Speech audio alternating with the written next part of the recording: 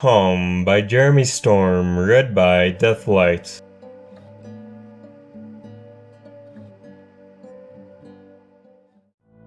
The coffee tasted especially bitter in her mouth that morning. Octavia always liked it black, the strongest she could make it. She needed every ounce of caffeine she could muster to get through the long days at the recital hall, practicing with the rest of the Royal Camelot Orchestra. Playing the cello was her position, the very source of her life and energy.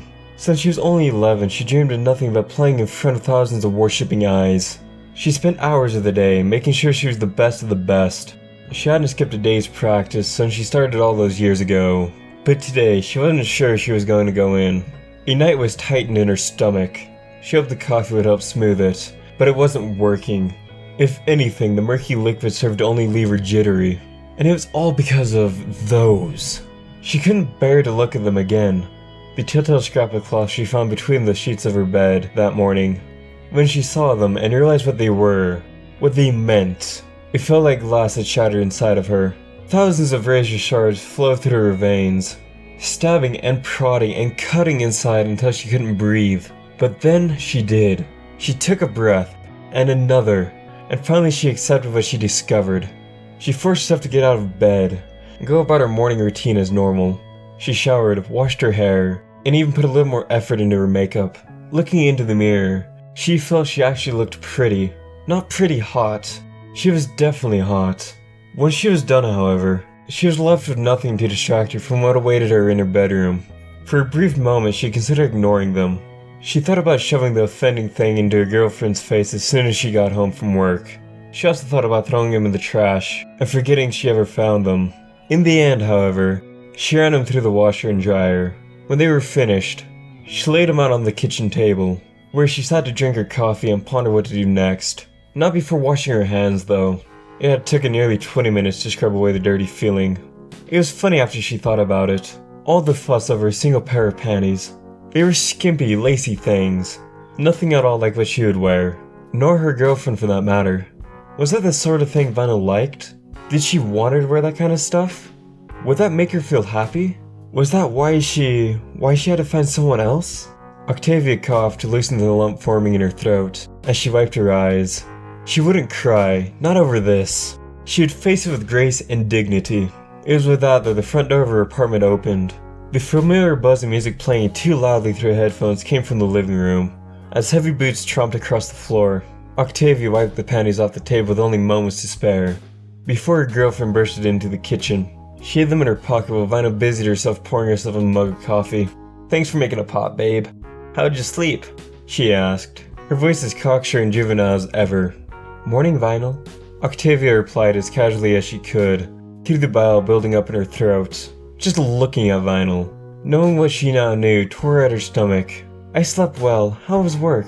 "Awesome! We had a massive turnout and made a killing on emissions," Vinyl barked, stirring in 3 times as much sugar that was healthy, and she dropped into the chair across the table.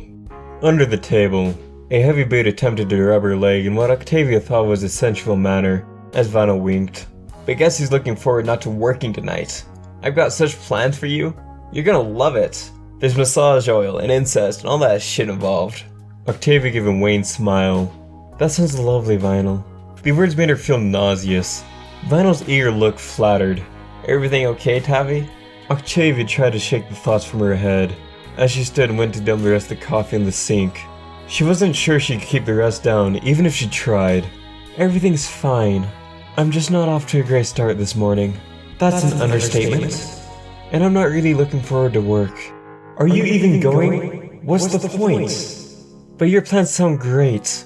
I'm looking forward to it." She's only doing so much to please you because she feels guilty. The thoughts were silenced when a pair of lips kissed her cheek. The skin they touched burned like acid, even after Vinyl pulled away. Though Octavia couldn't help but lean against her girlfriend's chest, Vinyl's hands massaged her shoulders. She knew exactly how to get her to relax. And for just a moment, just a single moment, Octavia wanted to believe that everything was fine. She'd give anything to go back to yesterday. "Just you wait, Tabby," Vinyl whispered in her ear. "You're in for the night of your life. Love you, babe." Vinyl kissed her again before withdrawing and walking away. She was halfway to the door before the words came unbidden to Octavia's lips. "Did you say that to her too?" "What was that?" Vinyl asked. Octavia turned to see her, wearing her normal carefree smile, completely obvious to what she knew. Her world wouldn't collapse down around her. Everything she took for granted wasn't a lie. She was as happy as Octavia wished she could be. Octavia's hand went to her pocket, feeling the weight of the secret hidden within. One moment passed, then another. Vinyl's smile fell again, her brow wrinkled in worry. "Are you sure you're okay, Tavi?" she asked, worry evident in her tone. Octavia wondered if she worried for her sake, or over whether she found out. Was that how it was going to be? Constant fear that she knew? Wondering every night Vinyl was finding herself in somebody else's arms. It was too heavy. The shards of Octavia's broken world were piling onto her shoulders, threatening to make her collapse under the combined weight. Her hand fell to her side in defeat. She gave her girlfriend a small smile, assuaging her fears and bringing the cheer back to her face, even as all her own faded away. "No, everything's fine, Vinyl. I love you too."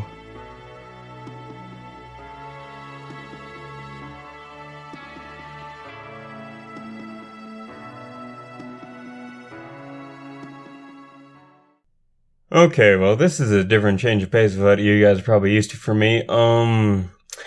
As you can tell, this one is very minimalistic because a lot of it was, well, I just didn't have time. I was ridiculously busy and also going through some emotional turmoil. But, yeah, whatever. Well, the bright side is I'm gonna have more time to do editing audio and other stuff, like I'm recording more longer things now. The downside is, well, I won't have any money coming in anytime soon, that's for sure. I lost my job because I managed to damage both of the vehicles. 2 vehicles in the workplace. Yeah, whatever, I got fired over it, and